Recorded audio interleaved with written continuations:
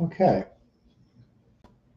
we are back, and we are in Genesis 30 this week. So I think, as usual, in God's Word, there are very, very interesting things in it. So let me pray for us about tonight's teaching first. Lord, we just always ask for your blessing as we go to your Word. We ask for your direction, your interpretation, your understanding. Pray that those words that are said are accurate and true, and we pray that they can be used in our lives to mold us into more and more into Christ's image. So we lift this up as we start here and pray amen. Okay, so let's read verses 1 through 8 of chapter 30, and we'll talk about them. So it starts out in verse 1. Now when Rachel saw that she bore Jacob no children, she became jealous of her sister, and she said to Jacob, "Give me children or else I die." Certainly that's everything you want to hear from your wife.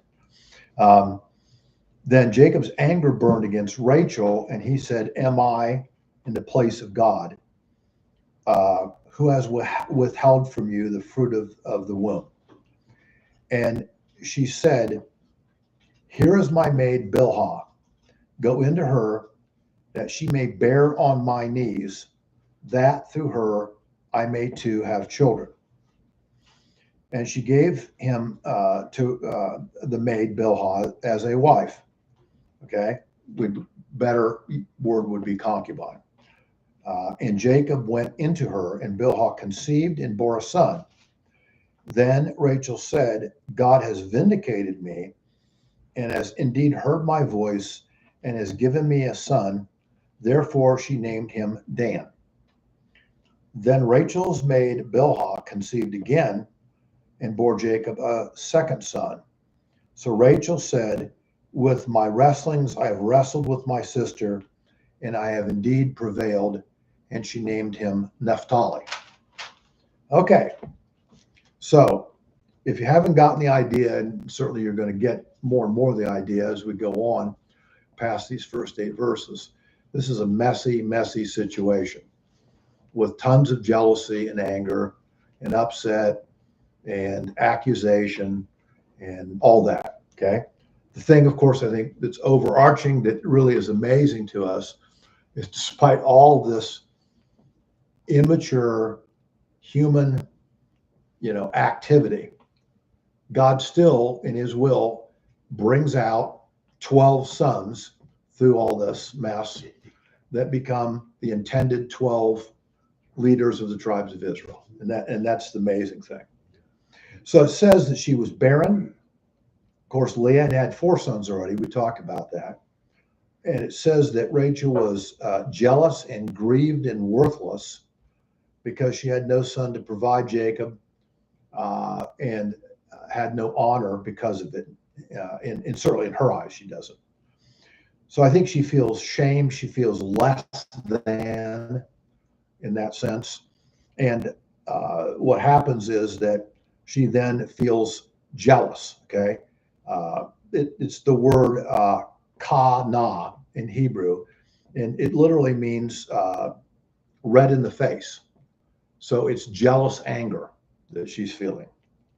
So this upset by Rachel, this angry, irritable, blaming reaction to Jacob, and I'm certain this is hardly the first time Jacob heard about this. He's probably heard about these complaints for years, okay, because she has had no children, where at this point her sister Leah's had 4. So finally, after hearing this probably over and over, he gets angry at her, and he says to her, "Am I God who can solve this?" Now in the Hebrew, it says Elohim Anoki. Elohim Anoki. You could translate that, "Am I Elohim?" Okay, if you wanted to. And it's interesting that this same phrase is repeated in some other areas that I think are interesting.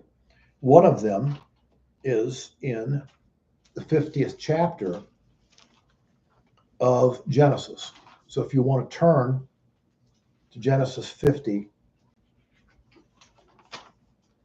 and to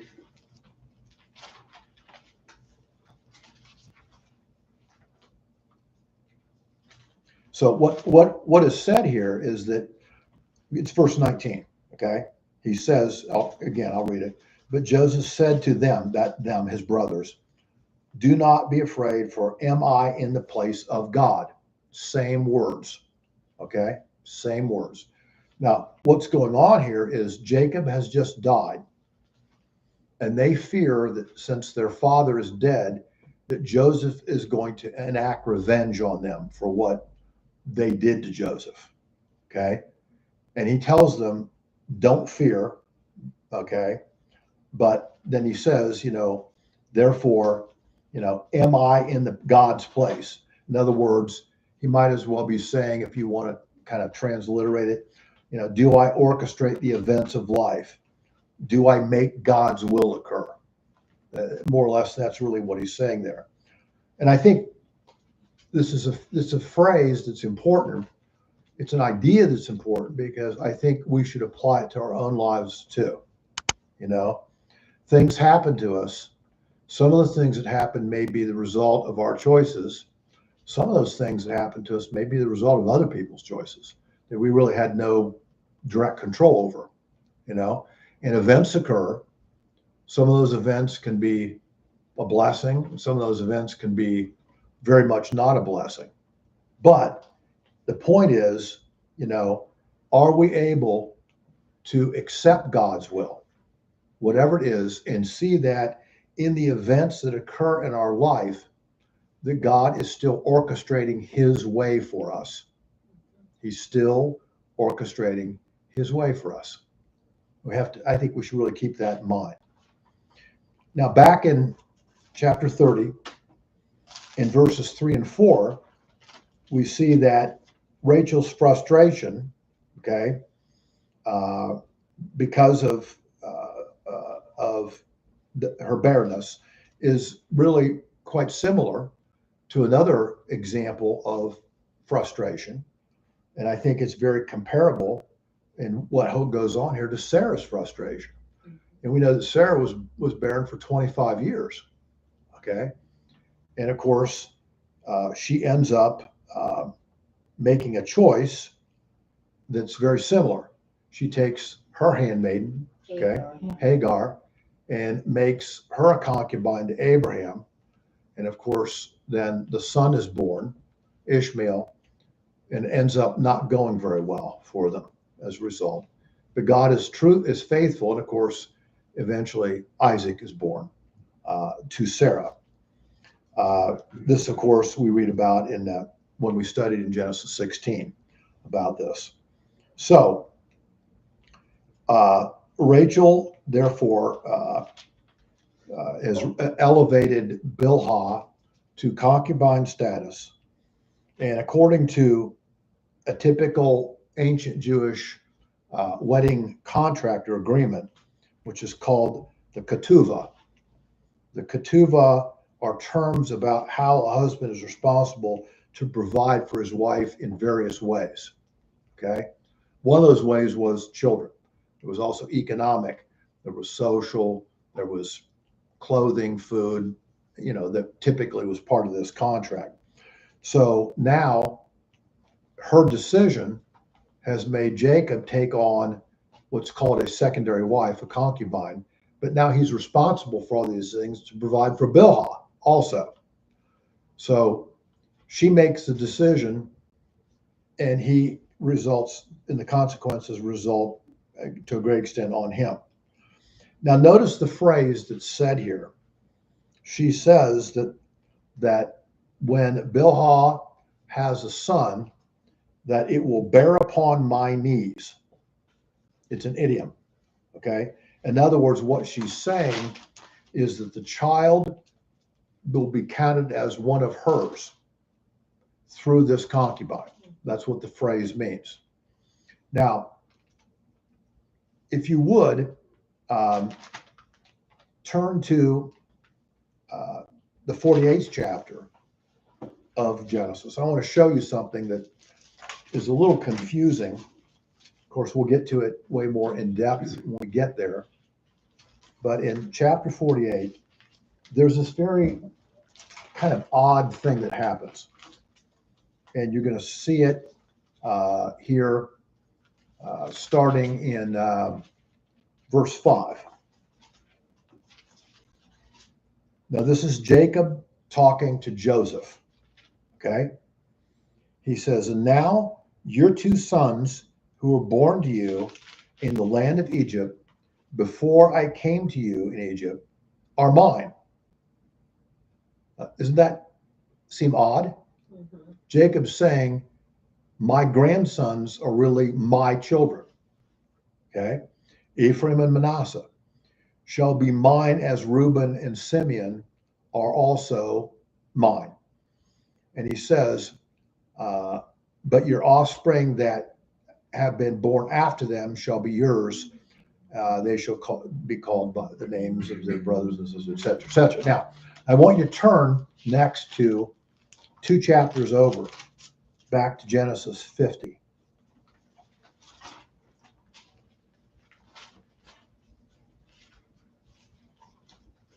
You see, the point is that there's a change in the concept of the 12 tribes, because now the tribes sometimes are called, or a tribe is sometimes called the tribe of Joseph, which means also a portion of Manasseh and Ephraim. Okay? It's interesting, we should maybe do a study on that at some point, about how in different places the 12 tribes are named somewhat separately and differently.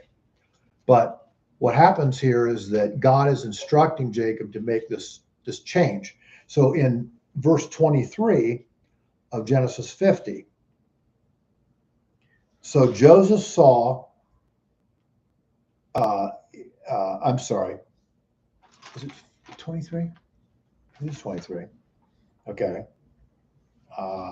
So it says in 20, and Joseph saw the third generation of Ephraim's sons, in other words, his grandsons or even his great-grandsons, the sons of Machir, that's one, I think that was his oldest son, Ephraim's oldest son, the son of Manasseh, were born on Joseph's knees.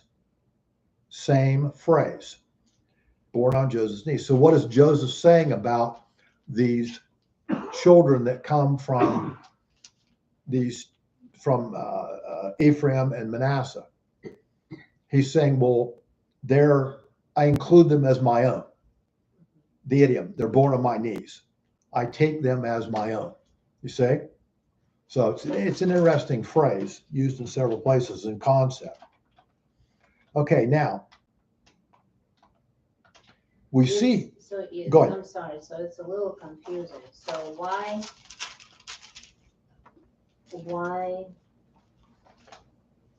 Jacob did give the firstborn right to Joseph through the sons, or actually through the sons. Mm-hmm. Remember back it says you'll be just like Simeon and so he basically adopted his sons. They were technically his grandsons, but he adopted them as sons. Yes. Okay. And again, it seems like, why would he do that? But again, as we study more and more, we can't do that all tonight, but because Reuben. The growth of the tribes, you realize that Ephraim and Manasseh play some really important roles, okay, in the territorial, especially when the conquest occurs and the territories that they're gained. And so they end up being counted differently, okay? Sometimes you literally, the way they're counted, you come up with 13 because of how they're counted, okay? Sometimes they're counted as 12. Most of the time they are counted as 12. So we'll play with that as we go on about the tribes. Now, notice that Bilhah has this son, and Rachel names him Dan. Okay? Now, Rachel, in verses 5 and 6, feels justified by this decision she's made in inducing Bilhah to bear Jacob's a son. And of course, she ends up, if you want to call it this, with a son by proxy. If you want to put it that way, that would be a way to put it.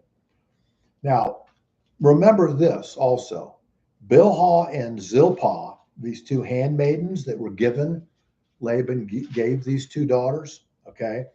They are Mesopotamian women, and they are not, to certainly our knowledge, born either of, certainly of Abraham's stock, nor are they born of his brother Haran's stock. They're taken from the Mesopotamian culture. Therefore, these two, Bilhah and Zilpah, okay, don't have the same genetic stock as Isaac has, as Jacob has, etc. Okay, kind of keep that in mind because there's some interesting things that happen. One of them I'm going to talk about right now.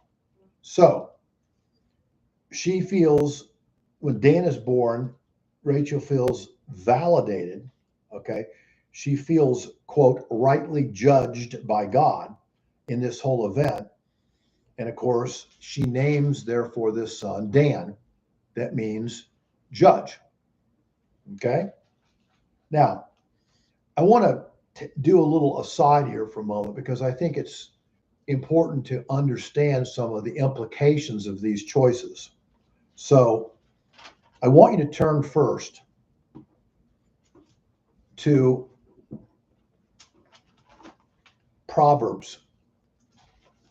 We want to read a verse because I want you to keep in mind this Proverbs verse as I talk about the future issues that occur. So go over to Proverbs. We're going to go chapter 16 of Proverbs.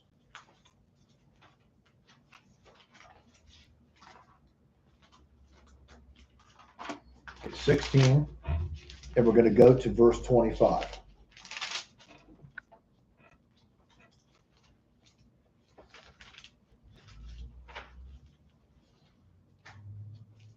Okay, verse 25, Proverbs 16. There is a way which seems right to a man or woman, but its end is the way of death. Now, that's a really important principle, and I'm going to try to illustrate it with the story of Dan, okay, the son Dan.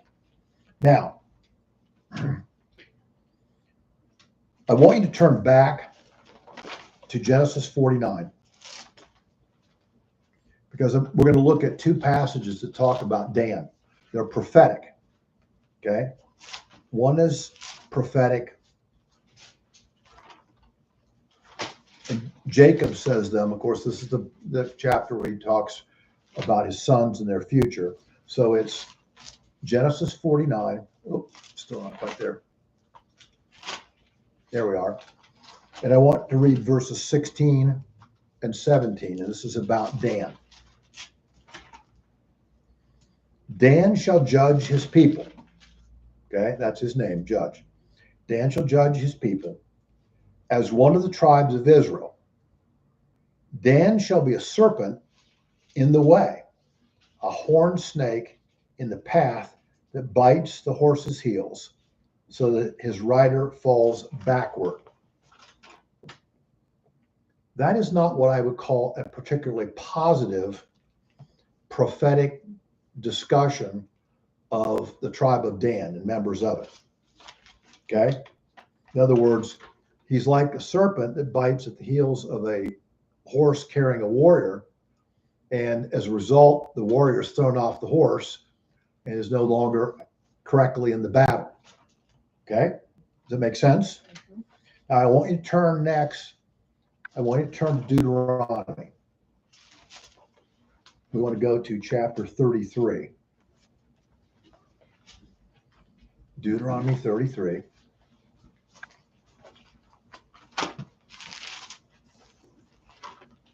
This also is a prophetic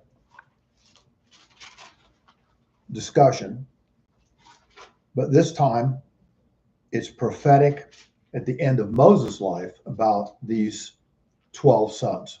Okay? And I want you to read, we're going to read verse 22. So Deuteronomy 33:22. And of Dan, he said, Dan is a lion's whelp that leaps forth from Bashan. Now, I'm sure that's completely clear to you. But let me describe it a little bit. Okay? So, what we see here, these verses are really rather enigmatic, aren't they? I think they're quite enigmatic. And they say a couple things about Dan. One, that Dan will have good warriors that they produce, that there'll be a warrior group or a warrior clan. Okay? But this image of a serpent is really quite interesting, because consistently an image of serpent is an image of evil, or more specifically, an image of Satan. Yeah. So Dan is somehow connected to something satanic. He shall leap from Bashan. Right. And we're going to talk for a second here about Bashan, okay? Because it's important. Now, he's also portrayed as a lion's whelp or a lion's cub. That is, there's an element to the Danites that will be strong and ferocious. But as we just said, and we just read, but they spring from Bashan. Now, Bashan is that territory that's to the northeast of territorial Israel, okay, on the east side of the Jordan River. Now, if you remember some of the things in Exodus, we find that this territory was ruled by a king. His name was Og. And we know from Deuteronomy chapter 3, he is a giant. He is of the tribe of the Nephilim. Okay? Now, in Bashan, we have counted that there are at least 4,500, if I remember correctly, 4,500 different types of stone dolmens all around this area. Now, a dolmen is a two-sided stone structure with a top. So it almost looks like pi, the symbol for pi. What typically happened is that someone who was considered spiritually significant somehow was buried inside a dolmen. Therefore, it was a way in which also in the future they hoped to channel, quote, the spirit of this dead person. Also in Bashan, there's a very famous place. It's a megalithic site. It's called Gilgal Raphaim. I think in the past I've showed you. It's a circle, okay? Gilgal Raphaim, and it has all kinds of dolmens in it. In the middle of it, it has a massive dolmen. The roof, I think, if I remember correctly, is 50 tons of stone. Just the roof of this thing. Legend says that Og was buried there. Okay, we haven't archaeologically dug Og's bones up there. Probably, if it was true, they were removed. But the point I'm making is that Bashan is notoriously associated with things that are satanic and demonic and evil and dark. Okay. Matter of fact, the Danites, well, I'm jumping ahead a little bit. So at any rate, now, after the conquest occurred with Joshua, right, we find that all the tribes are given their own unique territory. And who decides where they should go? God. God tells Joshua, and this one goes there, and those go there, and these go here. he places them exactly where he wants them. It was God's choice where to place the tribes inside the territory of Israel. Okay. Now turn, if you would, to Joshua 19, which isn't really too far from where we are in Deuteronomy 33. Joshua 19. This is the territorial provision for the tribe of Dan. Okay? And what I want you to notice is, let me see if I wrote this down correctly. I think it starts in 40. It says, the seventh lot fell to the tribe of the sons of Dan, according to their families. And then it describes these territories and cities that are part of it. And then importantly, verse 47. This is how would you put it? An addition that Moses adds that clarifies something about the tribe of Dan. And the territory of the sons of Dan proceeded beyond them. For the sons of Dan went up and fought with Lashem and captured it. Then they struck it with the edge of the sword and possessed it and settled in it. And they called Lashem Dan after the name of Dan, their father. So do you see what happens here? The Danites are actually put, and I probably should have given you a map, but the Danites are actually put by God on the Mediterranean coast. Okay? Where the Philistines are.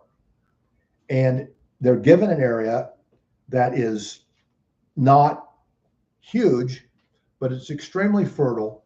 And they also have access to the Mediterranean. So fishing, water types of activities, plus there's lots of fertile ground there to grow. They're actually given quite a nice territory there.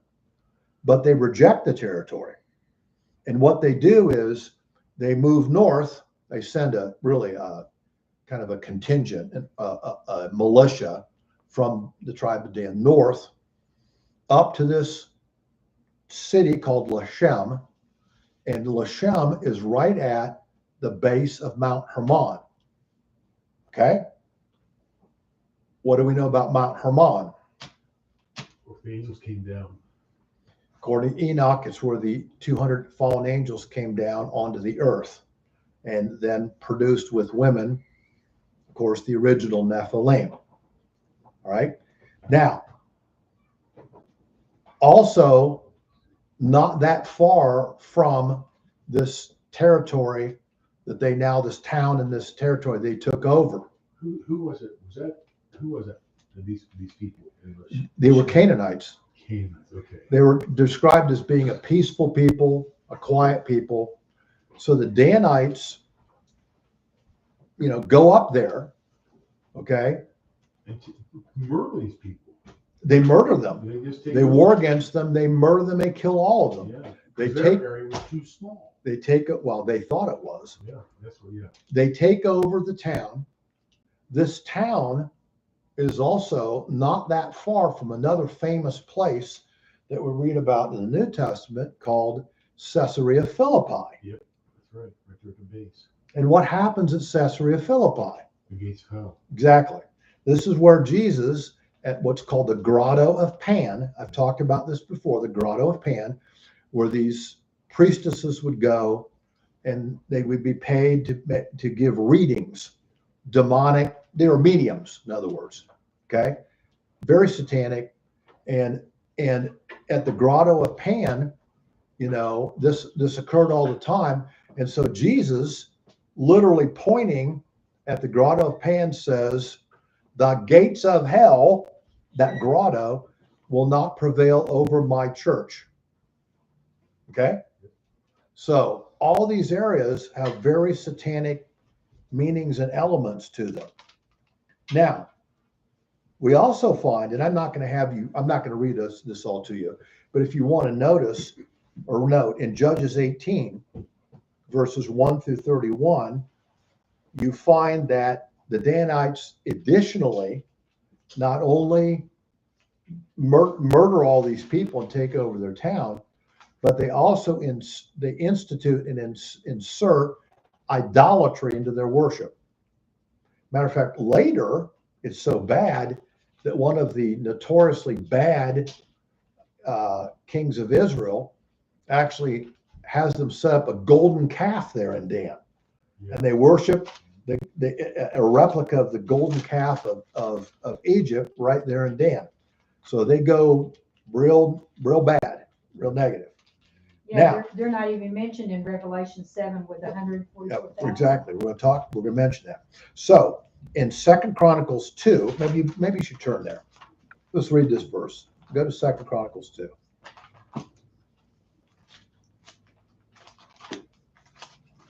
Second Chronicles 2. It's an important verse because it tells us something. 2 Chronicles 2. And we're going to look at verse 14. Now, it's talking about this time for Hiram, who is the king of Phoenicia. Okay? He is a colleague of Solomon. And he wants to give Solomon all kinds of materials to build the temple, the first temple. Okay?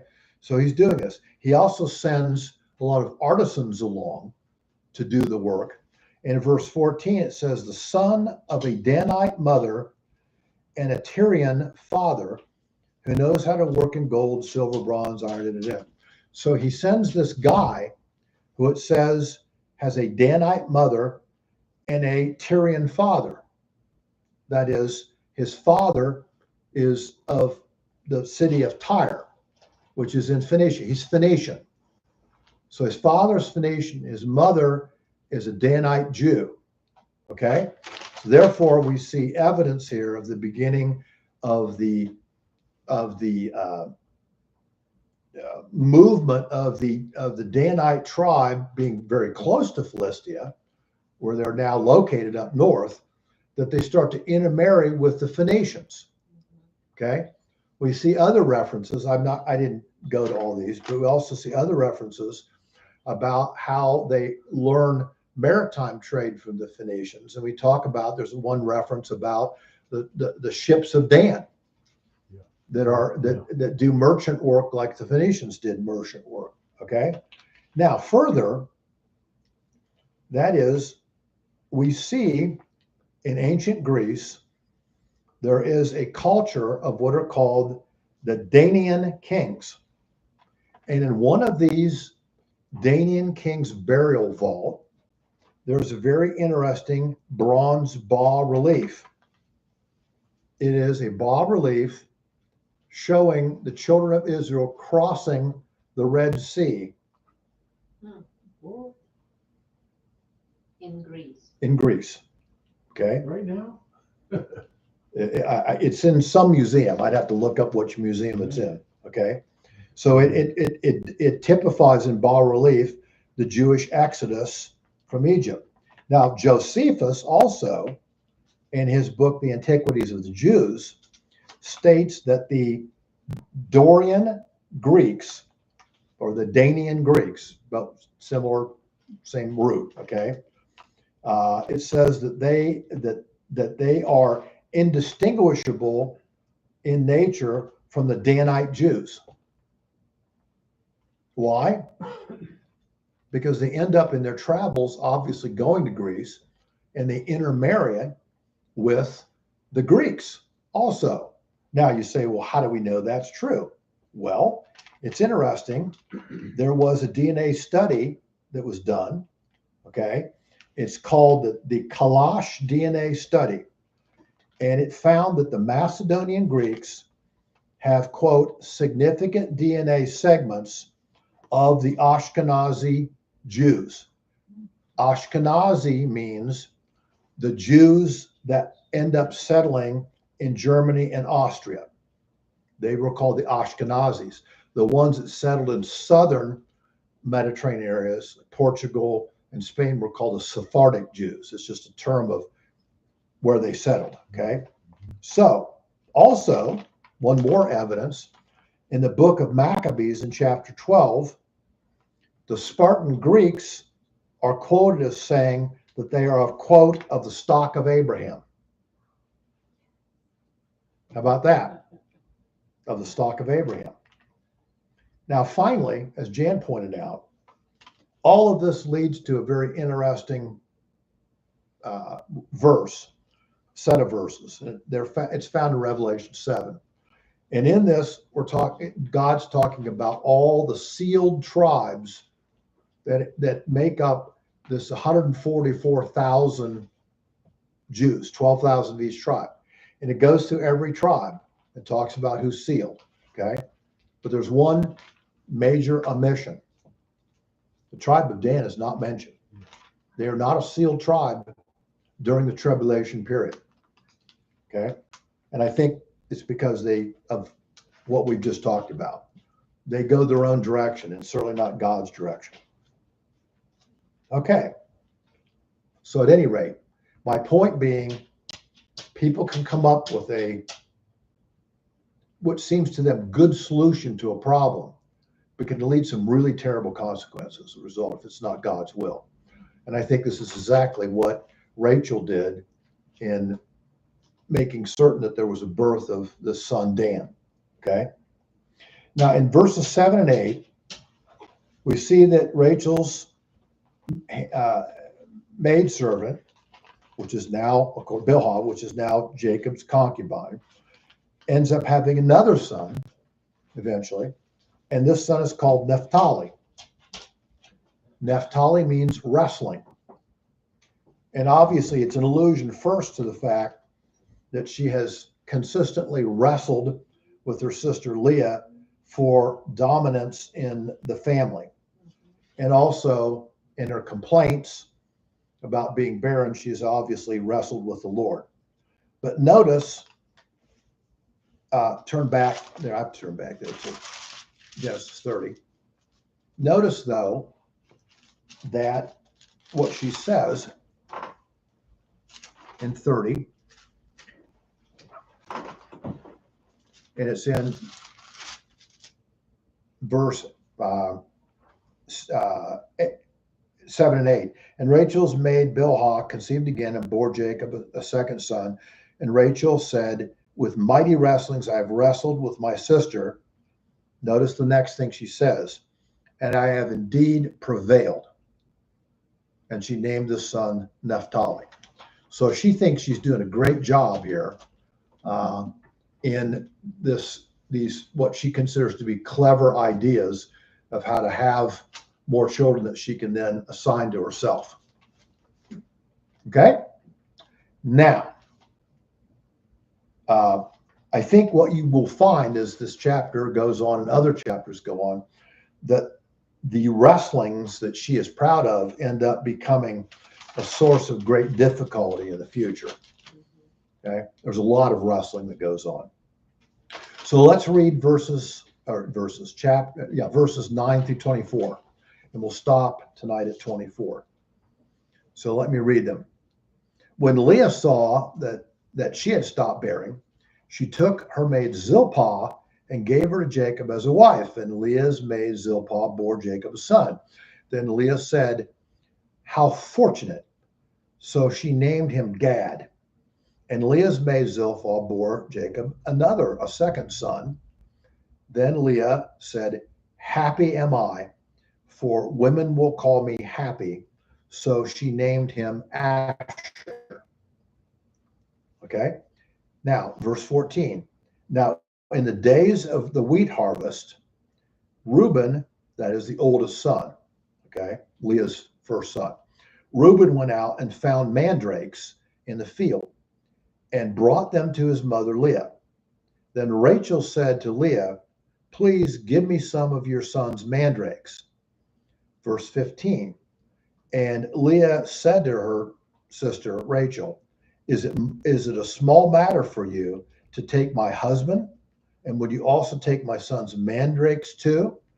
So Rachel said, therefore he may lie with you tonight in return for your son's mandrakes.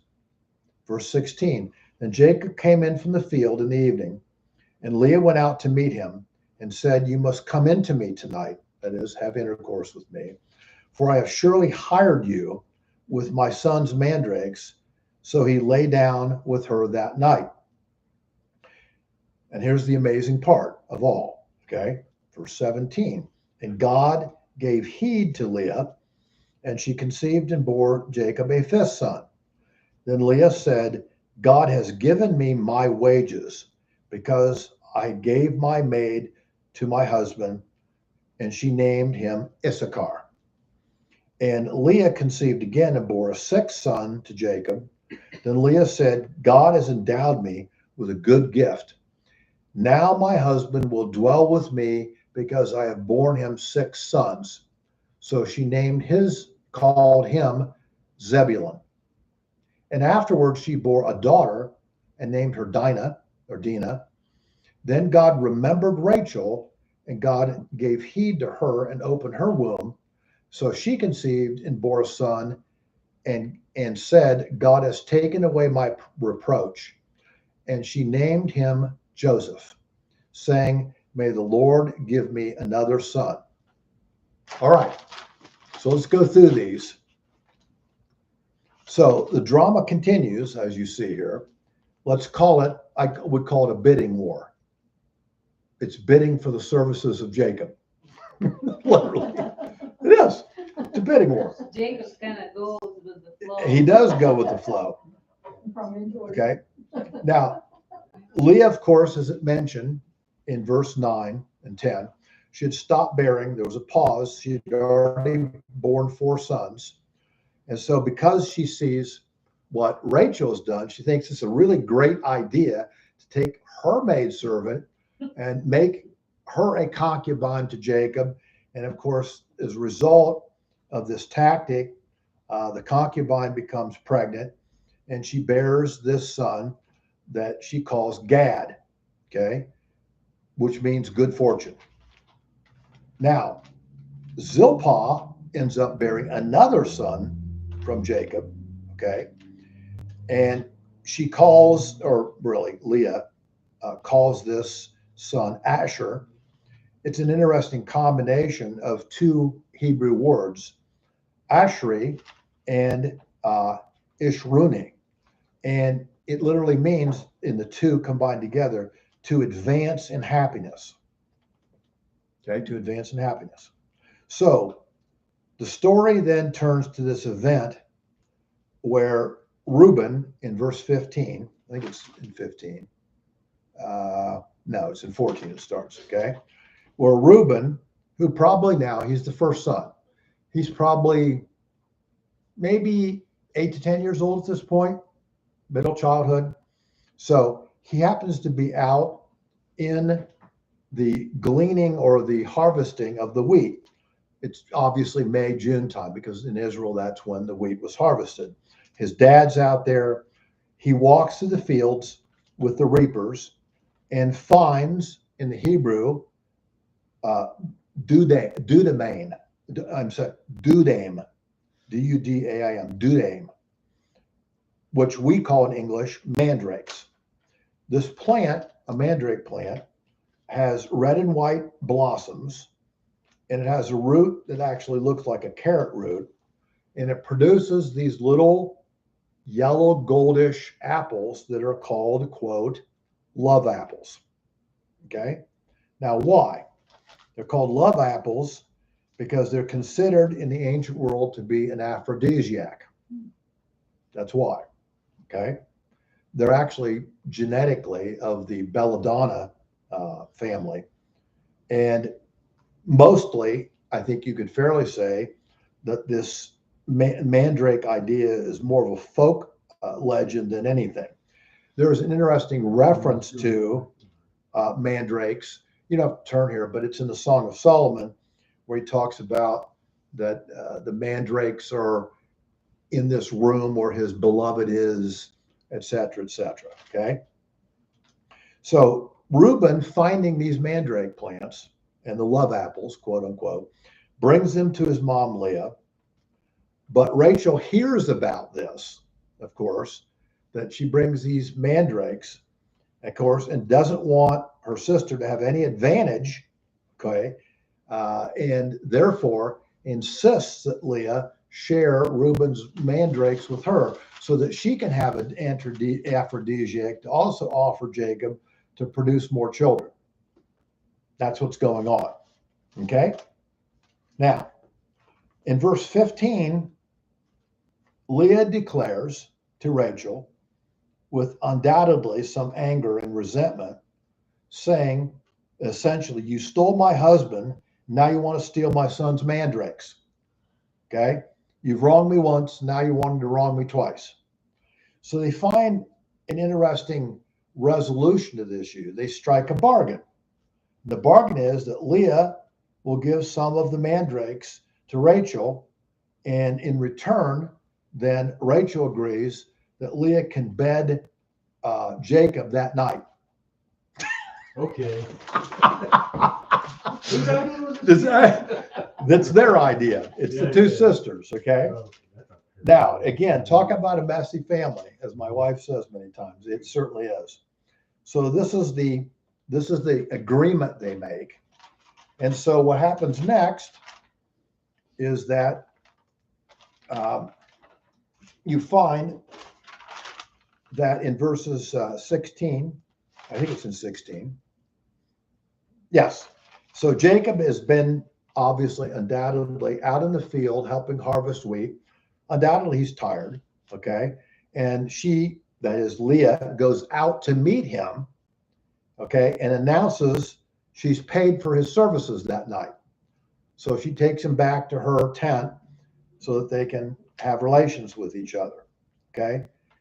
This is the most amazing type of carnal competition that you can imagine that's going on. And yet again, through it, God still weaves his will, despite all of this garbage that's going on, so that 12 sons are produced through this mess. Okay? Yes. So if you go back to verse 2, 30 chapter, verse 2, and where it's the second part, it says, he asks a question, who hath withheld from thee the fruit of the womb? Right. So God had complete control right then. Absolutely. But he wanted all this. Now, obviously. He let them do it. He let them do it. He didn't correct them from doing it. He even blessed them at times in doing it because he was intent, despite the immaturity of all of them. He had never seen anything like this before. I'm certain. It's certainly the first record we have of something like this going on. But he, despite their immaturity and their carnal tactics, he was going to use their own behavior and ways to bring about his goal. There's going to be 12 sons that will head the 12 tribes. Okay. Now it's interesting. Still living at Laban's house? Oh, that's not, I mean, they're also busy for. Well, they're not living in Laban's house, Well, but they're living in their tents on Laban's property. Yes. Isn't it only 7 years? No. Well, there's a total of 14. No, but I mean, since they've all been married, it's only been 7. Well, it could be more than 7, because remember, he stays there literally 20 years. Oh, Jacob is there literally 20 years time Okay. before he has his dispute with Laban. Okay. That guy was pooped out. Yeah.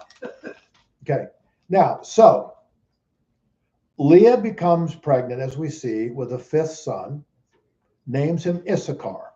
Issachar means 2 things. It means a reward, which is what she talks about, and it also means to be lifted up and exalted. Okay. Now, next week, I'm going to spend a little time proposing to you in all this mess with the names of these sons. I think they're very prophetic, and it talks about some things that are going to happen and occur in Israel as a result of all this. Now, so we see that Leah then bears, of course, the 6th son, names him Zebulun, which means exalted or endowed with a good gift.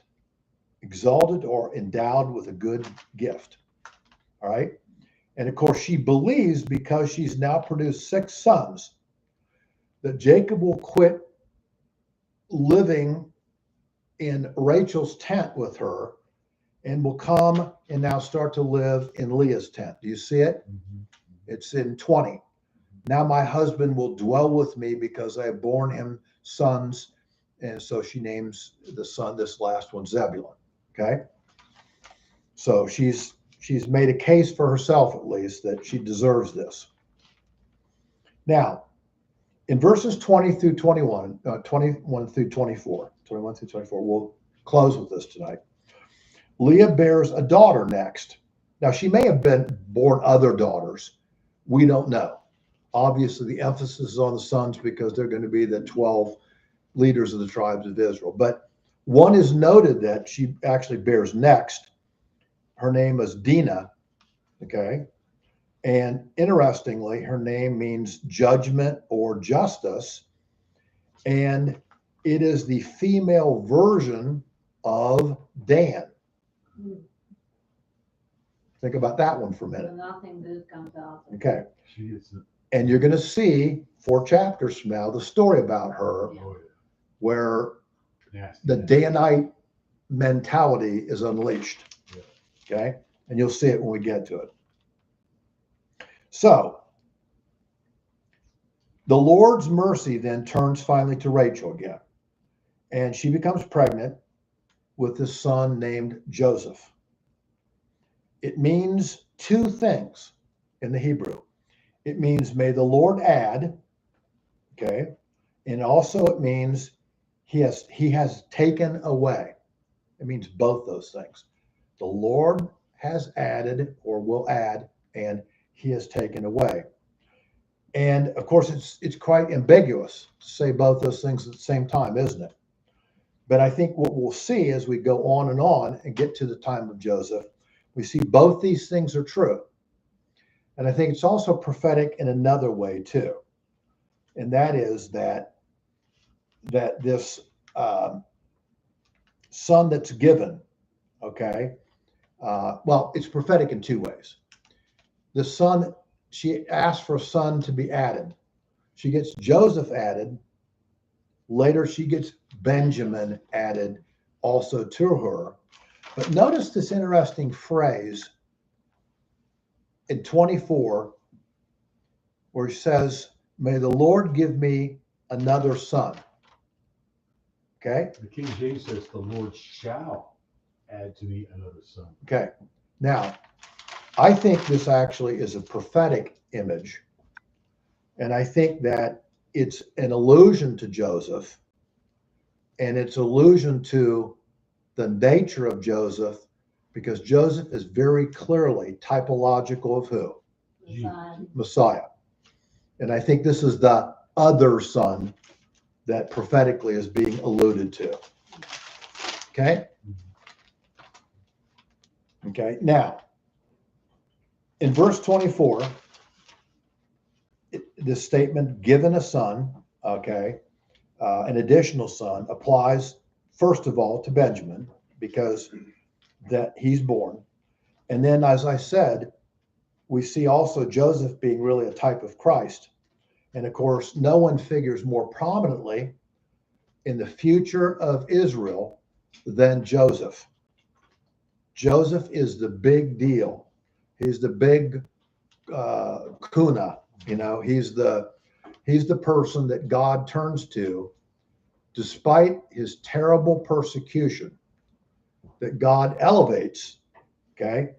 And again, we see here that may the Lord add, he elevates Joseph to this position that he not only preserves these 70 people that become this family of Jacob, but they're preserved by Joseph in this territory in Egypt called Goshen, where it's very fertile, and they're protected by Joseph.